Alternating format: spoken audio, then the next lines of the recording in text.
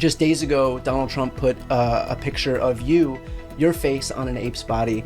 And so again, this is kind of, we've seen the de-evolution of the discourse. How do we come back from the place that we have fallen into?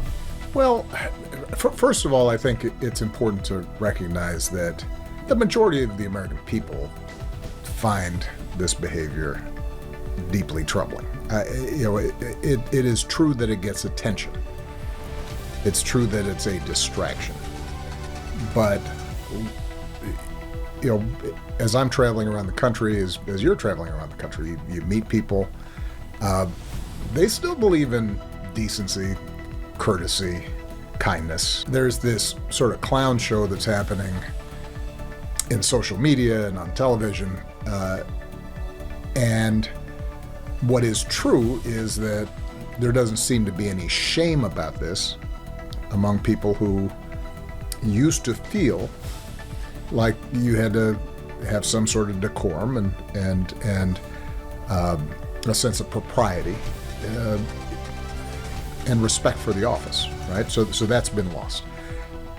But the reason I point out that I don't think the majority of the American people approve of this is because ultimately the answer is going to come from the American people.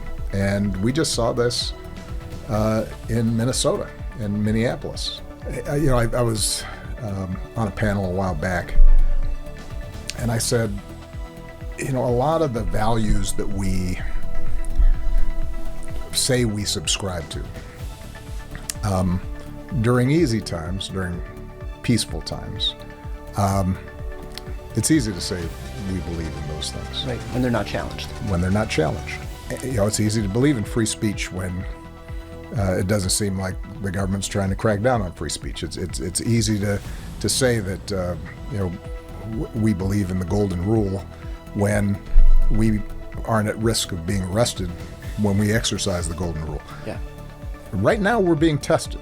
And the good news is what we saw in Minneapolis and St. Paul, and what we're seeing in places across the country, including here in Los Angeles, has been the American people saying, no, you know what, at least a good number of the American people saying we're going to live up to those values that we say we believe in. And as long as we have folks doing that, I feel like we're going to get through this.